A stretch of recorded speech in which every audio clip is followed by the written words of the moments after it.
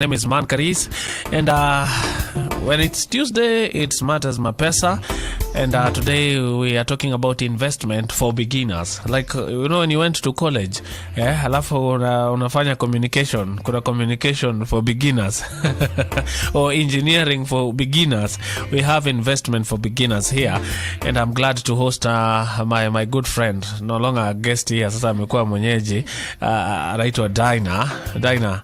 Habari. Mzuri sana. How are you doing? I'm great. Uh-huh. It's always a pleasure to be here. The pleasure is all ours. Awesome. Kwa vijana wanakuja hapa na notes every Tuesday, every Wednesday. Mbia tumeandika hii, tumejifunza hii. Last week we talked about pillars of personal finances. And by the way, we are live on Facebook. If you want to follow this conversation, you can follow us on Facebook. We are also live on YouTube and Twitter pale. Utuambie sauti koje on that other side. And of course, if you have a question when it comes to investment, you can always ask in. Yeah. And Dina, when we talk about investment for beginners, what are some of the things that we were recapping what we did last week. It was pillars for personal finances. Yes. What were those pillars? We had income. We had we did savings the other. So income and savings are together. So after you've done your income, you're able to budget and all that. We had investments. We had retirement. So those are the four. Yes. And I think we had touched on savings. That was our first show. We talked about savings. Now we're talking about investment. Yes. And we're not just talking about investment. We're talking about investment for beginners. For beginners. So am I right in assuming tunaongelesha mtu hata ajui investment ni nini? Mtu hata hajui. Ama hata mtu anajua investment ni nini, tunampiga refresher course hapa hivi. Tunamkumbusha. Ndo asi confuse, because a lot of people confuse investments and savings. Those two are very different. Difference ni gani? Savings, basically, you're just pulling money for something. So your money is not really growing, or you're just setting money aside for a specific project that you have in mind or a task that you want to achieve. But investments means you've committed your money into a venture where that money will give you more money. Yeah, so the whole aspect of it growing and giving you more than what you had put in is what differentiates an investment from a saving. Yeah. So mimi naweza kuwa nikisave nikisema nimeinvest. Ati wewe ni investor na pesa yako haigrow. Mungu saidia. Yeah. So vijana wanasikiza saa hizi. Mwingine ako kole, mwingine anangoja kwenda class, ama even our parents tuned in, you know. Yes. Ni nini kwanza the when you talk for beginners, ni nini investment tunaongelea sasa? Mainly Leon, I just really wanted to touch on guidelines on investments, because I know unaweza kwa hapo like nataka kujua where to invest, but you don't know what to consider first before looking for like a platform where you can invest. So today I would just want to touch on the guidelines of identifying a good investment and how to start. Yes. So inaweza apply kwa anybody, ni guidelines, ni kama rules zina govern investment. Yeah, because you'll realize it's actually very personal. So as long as you know the guidelines, from there on, according to your needs, you're able to consult a financial advisor.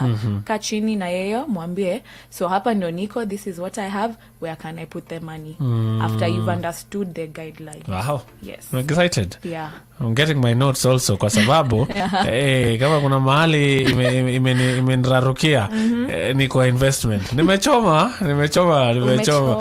Last thing nimechoma nilikuwa nimeongea na madhe tuweke makuku. Nilienda home nikaona kuna space big. Na tukafanya hivyo. Tukasema mimi nitatoa capital ya kila kitu, wewe nichungie tu. Alafu wewe chukua mayai. Lakini mimi December nakamkuuza hizi vitu zote.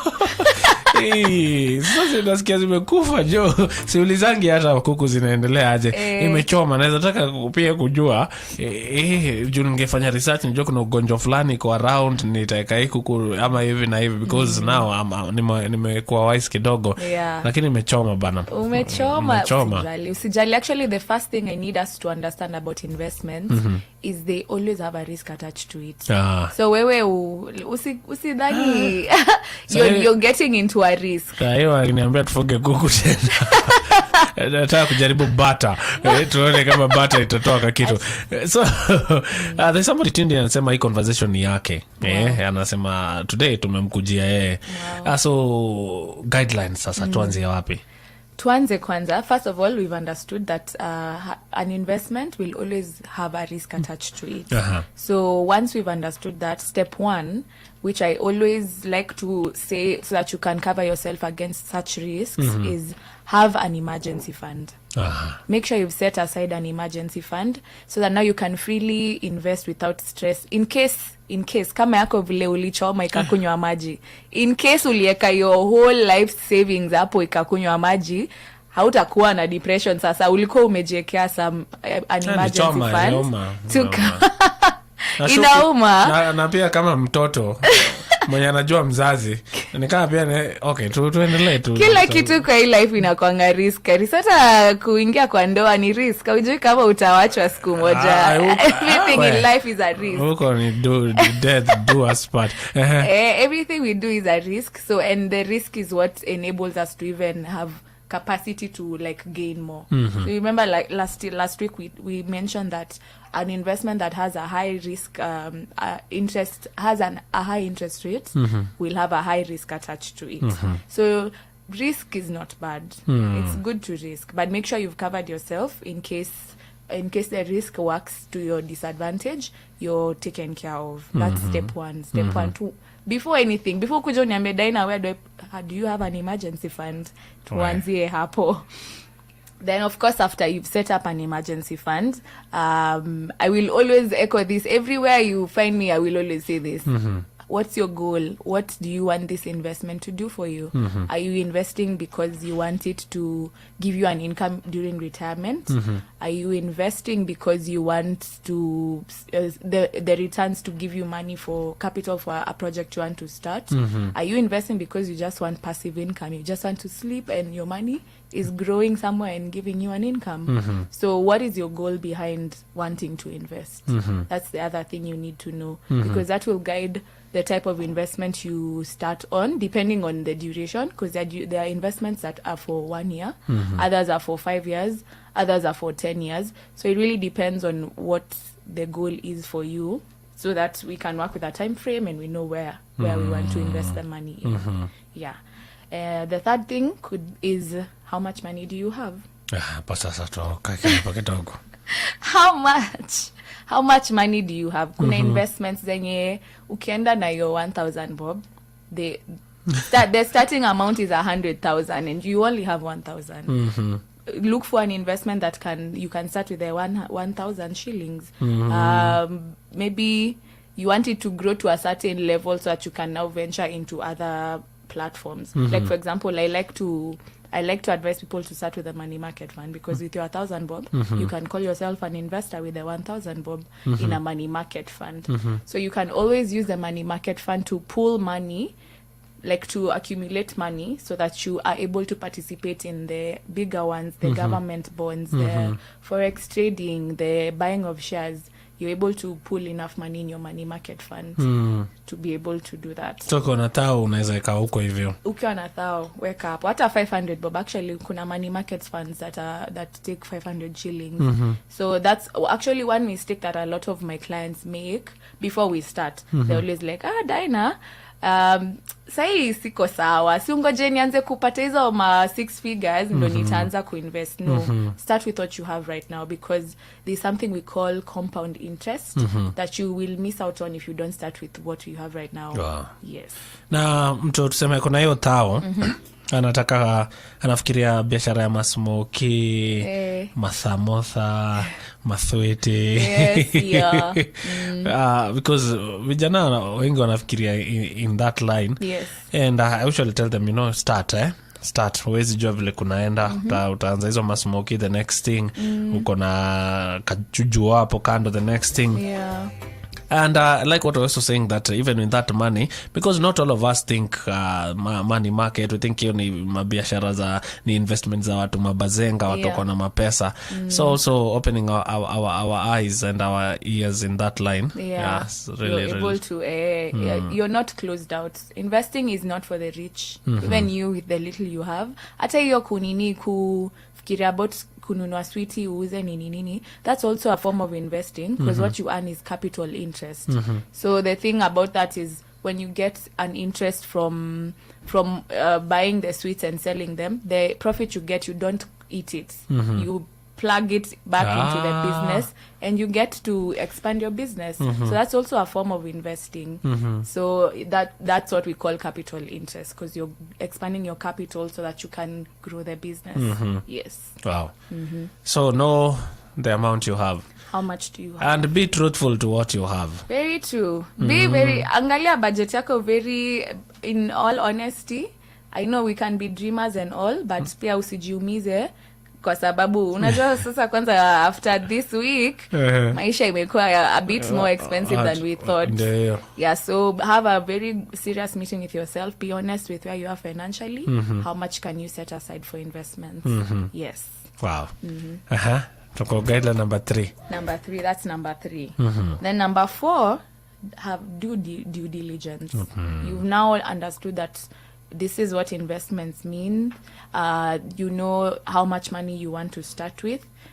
Utasikia tu vitu zina come up. Utasikia mtu anakuambia the government bonds, treasury bills, infrastructure bonds, utasikia money market. So now that you mkoja sungura. Utasikia na quails. Utasikia hizo zote bro. Utasikia real estate. So sasa ni up to you to do your due diligence. Number 1 could be by hiring a financial advisor who is well versed with all these things and can be able to advise you on how to start on or the risks that all of these have. So that's number 1 step of your due diligence. You could find someone to advise you. Do your own research as well. The internet is here for us so that you can be able to research, know the risks and all that. And when you approach these people, ask them, where are you investing your money? So that you know the risk that comes with it. Kama wana invest kwa government bonds, at least we know it's a little safer, because the government will always have money. They can always print money in case they don't have money to pay you back. So at least we know some of the ones that are safe. So know, where are you investing my money when I give it to you? That will allow you to know the risk that comes with it. Also know what interest are you giving me, because at this rate, you need interest rates that are above the inflation rates. Yeah, so find out what is the annual risk that I'll be getting from this. Na hizi ni wewe unafaa kujifanyia. Ni wewe unafaa kujifanyia. Usiingie tu hivi. Ukiongelea due diligence pia, hata kama ni biashara for example, unafaa ujue unaenda kufungua biashara wapi na ni biashara gani. I know of people wameona kuna mimi nitakupatia example za vitu nimeona vijana wakidu. Mtaani kuna msee alikuwa anapikanga makangumu. Like alikamna hiyo shape ya kangumu wakati tulikuwa tumezoea shape ya mandazi, alafu ilikuwa na kangumu hivi. And alikuwa ameshikisha, alikuwa na supply sana. And after a while you'll find guys wenye wameandikwa kazi na yeye wanaanza kupika the same kangumu. But they will never pick. Ni jule msee ameshika hiyo market yote. And eventually aliamua kuingia kwa manguo, and then these other guys started thriving. But I will feel like you've opened this biashara at the wrong place. Ungeenda mta ingine uanze hii kitu labda ingekuwa better. I think also that is part of due diligence. Don't just see somebody making sales and assume, you know, this tuko wengi shamba, wanyama ni wengi. Utagundua ni kunoma. Different things work for different people. Like somebody anataka kwenda kuuza mahindi sokoni, siwezi nikamwambia kuna wenyewe kuna wenye lori zao za mahindi mahindi zinakuwa yellow. Na kuna mwenye anauza chap. Ukiangalia amebuild hiyo relationship over 20 years. Wao unaleta yako. So due diligence also is very important. Very, and it's your responsibility.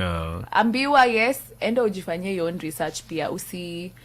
si ati juu mimi ni best yako Karis nimekuambia tufanye hii Tufanye. Unisikize 100%, enda hata wewe ujue uko na your own knowledge of what I'm telling you. Then kama ina make sense kwako utakuja tuanze. Tuseme hakuna justification ya ignorance. Fanya due diligence. Exactly. Wow. Exactly. Napenda hiyo. I think you can take a breather kidogo. Then of course when we come back we continue. Okay. And play a song here by Dante. Then we come back we continue this conversation. Wow. Due diligence. Experience the hope, the music, the anointing. This is Hope FM, where you listen and live.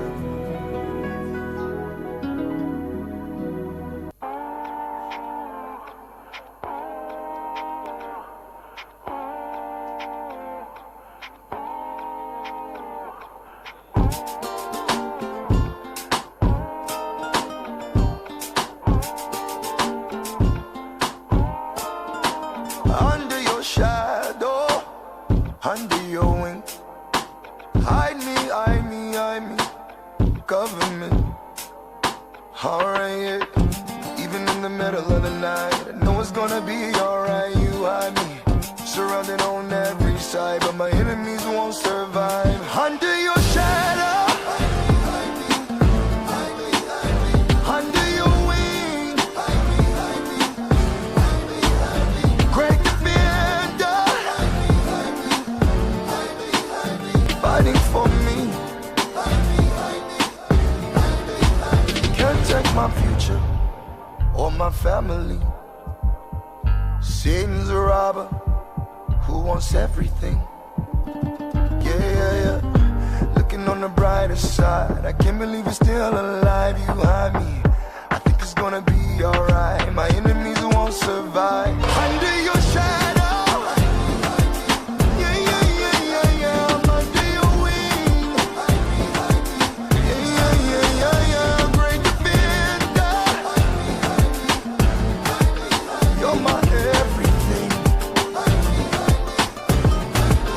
You keep me safe, keep me safe, keep me safe, keep me safe, keeping me safe, keeping me safe, keeping me safe, keeping me safe.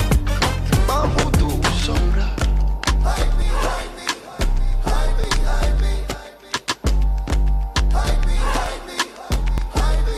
Bajo tu sombra, hide me, hide me, hide me, hide me, hide me, hide me, hide me, hide me.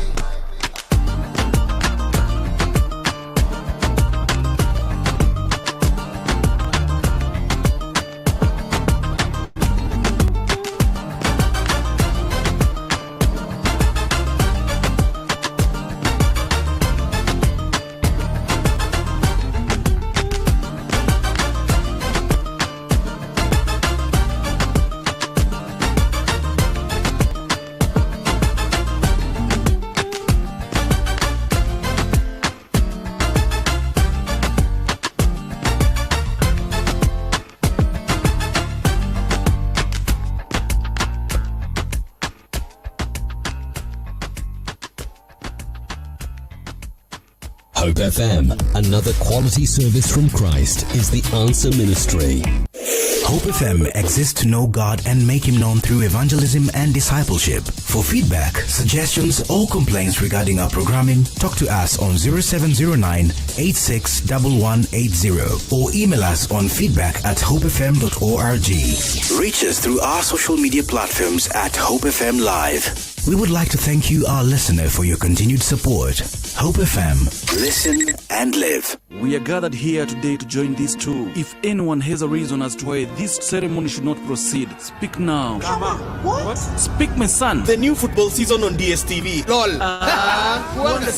The new football season is here and DStv has all the action from the EPL, La Liga, Serie A, UCL and so much more. Dial *423# or download my DStv app to get a DStv decoder with 1 month of family for just 2,999 Kenya shillings.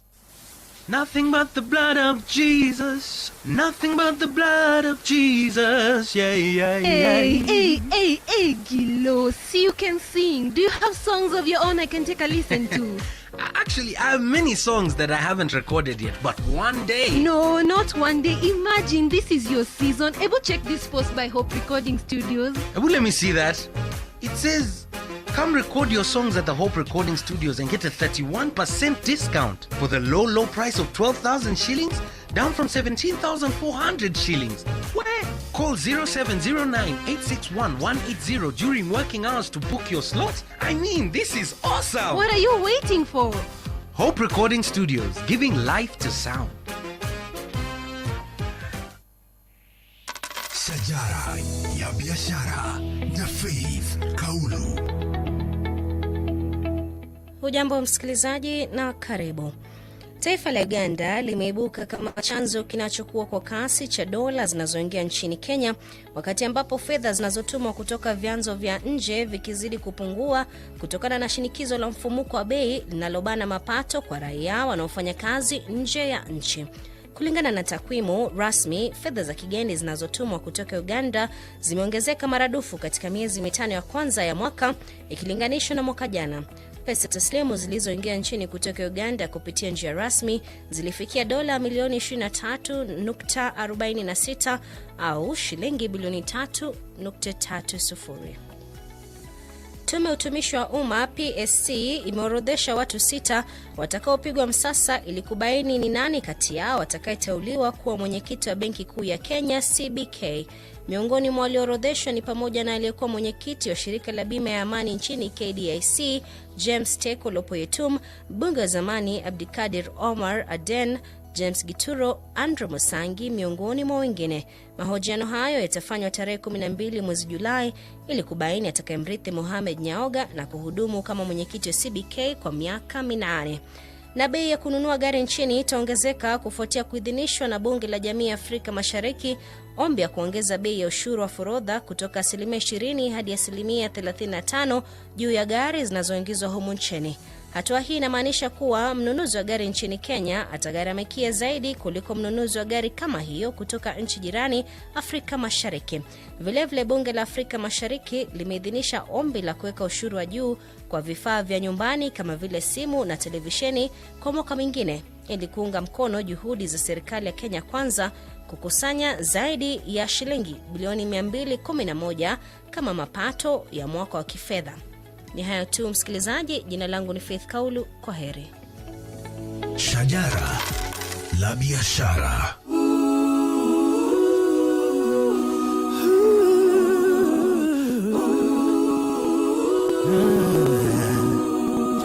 From the first day I met you, sijawaila na njaa, umenishughulikia. From the first day I met you, sijalala na kiu, umekuwa maji ya uzima. From the first day I met you, sijapigwa na baridi, blanketi umenipa. From the first day I met you, umenipenda mimi na mama yangu mingi. Ulinipenda kwanza kabla nikujue, ulinipenda kwanza kabla nikupende. Nilipokujua hapa nikatambua, milele ndakuinua, pendo la kishua nami naamua nitakupenda pia.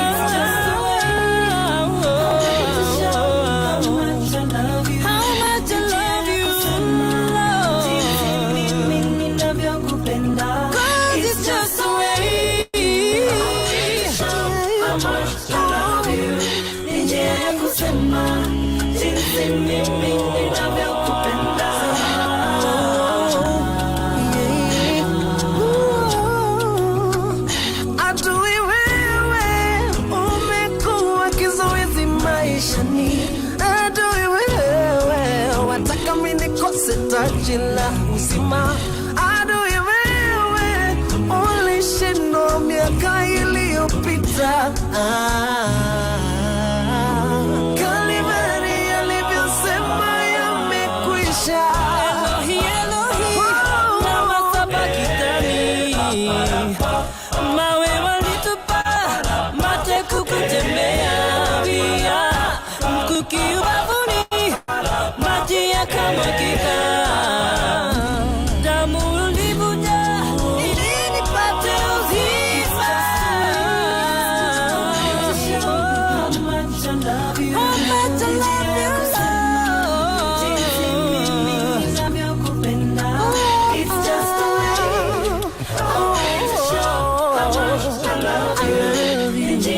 kusema, jinsi mimi ninavyokupenda. It's just the way, I'm going to show how much I love you. I love you. Kusema, jinsi mimi ninavyokupenda.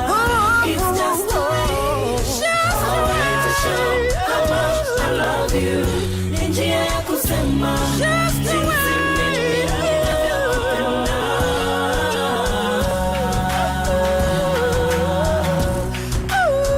It's just the way, just the way, just the way, just the way. It's just the way, just the way, just the way, just the way, just the way to show that I love you. Oh, it's just the way to show that I'm grateful to you. It's just the way to show how much I love you. Oh, it's just the way. Oh, it's just the way. Yes, I do. I love you. Yes, I do. I love you. Yes, I do. I love you. Just the way. That is Gates, Bire, the vocalist, and Israel there. Of course, Just Away, originally done by Mr. V and the late Kaberere. We can never get enough of such a song. And getting us to 37 minutes post Satisa, we're talking about 22 minutes to the top of the hour. It's all about investment here, and we are talking about investment for beginners. And I have Dinah Wangari in studio. And hello, afternoon switch. This is Modoni Gidire. Alisema tuned in from Roysambu. Wow. Learning so much from Dinah. Wow. Yeah, so you're doing a good job, Dinah. And we are on Facebook Live. I see Lucy Mutua there, Andrew Gainis, also Naman Shikanda from Limuru, and Favored Mercy. I just tuned in from West Pokot. We're talking about pillars of investment, you know, things that you have to know. Whether investment yako ni kubwa, ama ni kidogo, whether una invest sijui kwa money what, ama ni kwa what. Yeah, and I think we mentioned 4. I think we can mention chap as we get to the next phase of the conversation. We go through them? Yes, just mention. Awesome. Number 1, we mentioned having an emergency fund just to cover you, because we've accepted that investment will always have a risk attached to it. So just making sure you've covered yourself in case the risk is to your disadvantage. Na watu wanafuga kuku. Kuku inakuwaga na homa. Nilembo zangu zilikufa juu ya homa. Kuku inakuanga na homa. So usiweke pesa yote kwa kuku alafu zikikufa homa. Tuendelee. Sitasahau mahali pesa yangu. Hiyo ya kuku bedhe imekuuma. But unaweza rudi now with better knowledge about dawa ya homa. Dawa ya homa. Pesa, ukuwe na pesa ya vet au watu wa kuwaita in case of anything. The second one was to have goals. Invest towards a goal. Make sure you know if it's passive income you're after. Are you after setting something aside for retirement? What exactly is your aim for investing? That is number 2. Number 3, how much do you have? How much do you have at the moment? We've said no amount is too little. So whatever you have, start with that. But how much is it? So that you can be able to know which investment platform will accommodate the amount you have at the moment. And then number 4, number 4, of course, do your due diligence. Do your due diligence, kabisa, so that you know what you're getting yourself kuku into. Zinahitaji dawa, zinahitaji stima, zinahitaji sindano, sijui nimefanya research. Zinahitaji joto. Isikufe hapo na homa na ulikuwa ungejua. Nimezo kwa zinapumua. Akioi. Kuku, sikuamini. Kuku zote 70. 70. Sijali. Unajua watu wa Farmers Choice, I'm sure walianza hivyo. Tusiende hapo. Wakenchika wote walianza hivyo. Basically, those are, and lastly, know your risk appetite. That one we touched on last week. I want to reiterate it. Know your risk appetite, depending on also how strong your emergency fund is. Labda wewe umeona nishajipanga kwa emergency fund, so it means hata iende vibaya iende vizuri, like I'm very okay with it. So know how if you're really willing to lose the money, because it can go right for you, you can actually gain a lot more. So what is your risk appetite? That will guide on also what investment plans to take up. Yeah. Kama wewe ni mtu unaogopa kupoteza pesa alafu ujipeleke pale forex, unaweza rudi na machozi, utapata depression. So it's good that you are mentioning the risks here. Yes. So that pia is going, kama mtu anatoka amesikiza kwa very hype tocha niingie hapa, do your due diligence, because you know kuna watu wanaweka pesa na inakuja, wengine wanaweka na inaenda.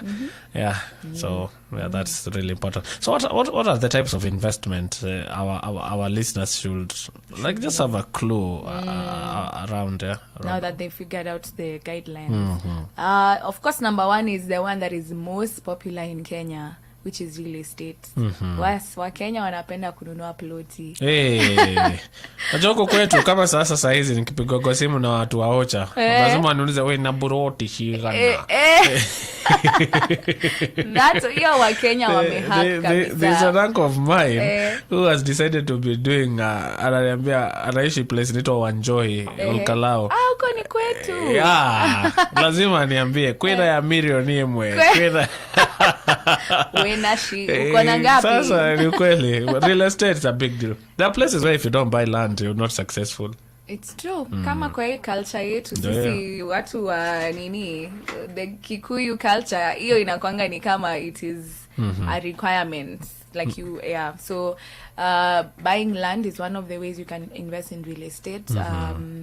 It could also be building up rentals so that you can rent them out and get a profit from it. It could be whatever this that has been very rampant recently, Airbnbs. It could be through that. So I like to tell people it's good to buy land, but let it not end there.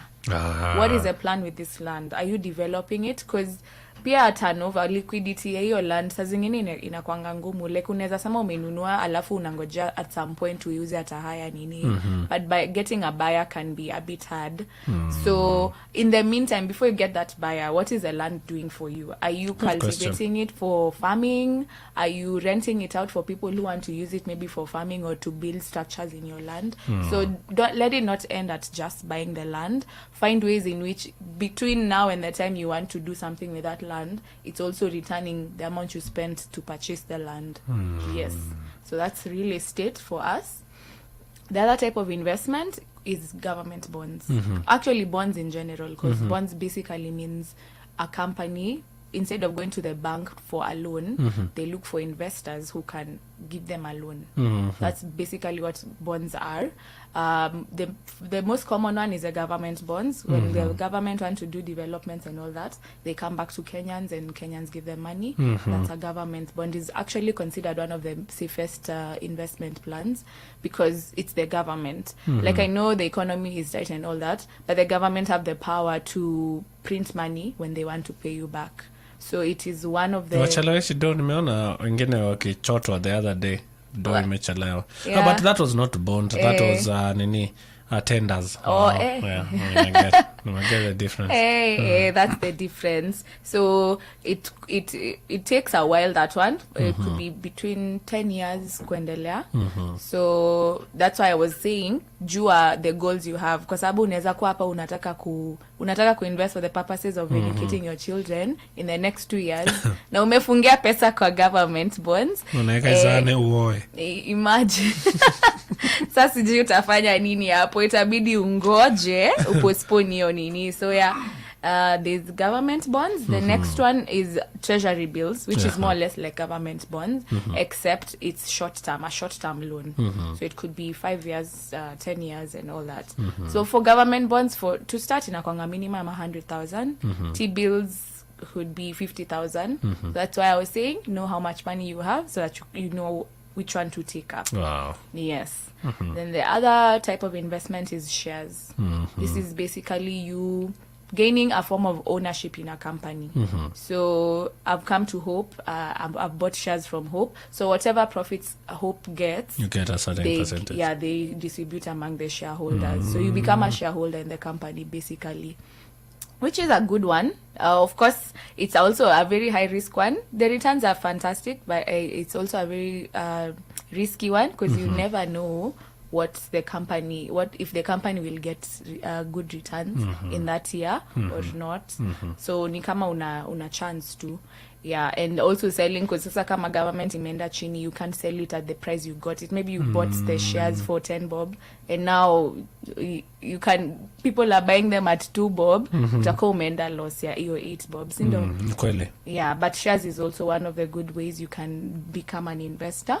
And the other one that I love is mutual funds. Mutual funds are basically what I mentioned. A couple of people come, investors, they bring their money, and then the company that you've brought your money to reinvests on your behalf. So it means they're gonna take all the risk themselves. Wewe umewapatia, unangoja returns. So the risk will be they're the ones who have to figure out how what risk is there. Ikitupiga ni sisi itapiga, watu wetu walitu trust. So they just when they get returns they akiwezi kikakuramba. Mostly haiwezi.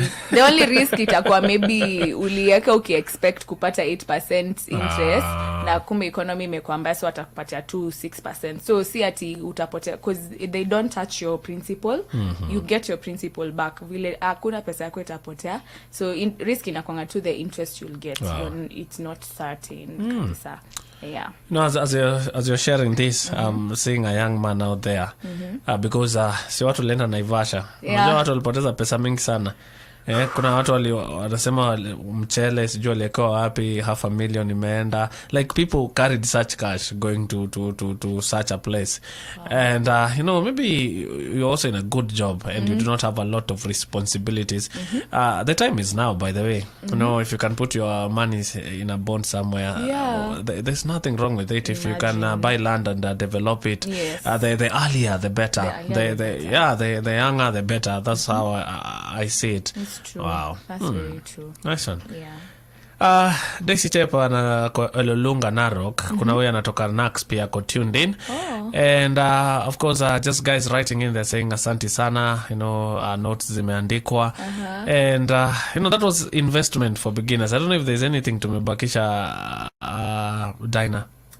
Basically we've touched on it. Now the next step from there is consult an advisor, let them guide you and start. Now that you know. Let's talk about advisors, because where I come from, biashara ni wewe na ni wewe. But we look at how things have developed. There are people who know stuff more than you. What's the importance of an advisor, having an advisor in the picture when you're even launching an investment or even want to know? Of course, it makes your work very easy, because you don't have to understand all these things. You just need to know what is for you. So an investor will do an advisor, will be able to do all this for you and come and give you the information. You also really need to have an advisor who is not selfish, is not greedy, ati wanataka tu invest hapa ndo apate pesa yako. It needs to be someone who understands you. You've been able to be honest with them. This is what I want, this is where I'm at, and they will guide you based on what you need. Wow. Yes. Thank you. And hii course tungelipisha pesa mingi sana kaa tungekuwa lecturers mahali. But tumekupatia free of charge. And of course it's on Facebook, it's on YouTube there. You can share, you can always go back there. Guidelines that, this is must know before I invest. And the type of investments out there and what suits the money you have. And vijana, there's no reason for saying ati lazima nipate do fulani ndio nifanye kitu fulani. Even with that little you have, you can do something. And maybe mama, hata umeuza kashamba, pesa unashangaa sasa niweke wapi, uliuza juu ya school fees. Na umelipa school fees na ingine imebaki. You know where to put your money. Because these conversations continue here on the afternoon switch. Thank you so much for coming through, Dinah. Mungu akubariki na kuongezee. Amen. Nashukuru. Sasa kuku wacha kwanza niende break ya kuku. Wacha tu nisikule kwa sasa. Kuja weke kwa money market. 70 zilienda hivyo. Mama wadhari niambia kwa tunasikia usiku mchana. Akasema hii. Basi utafute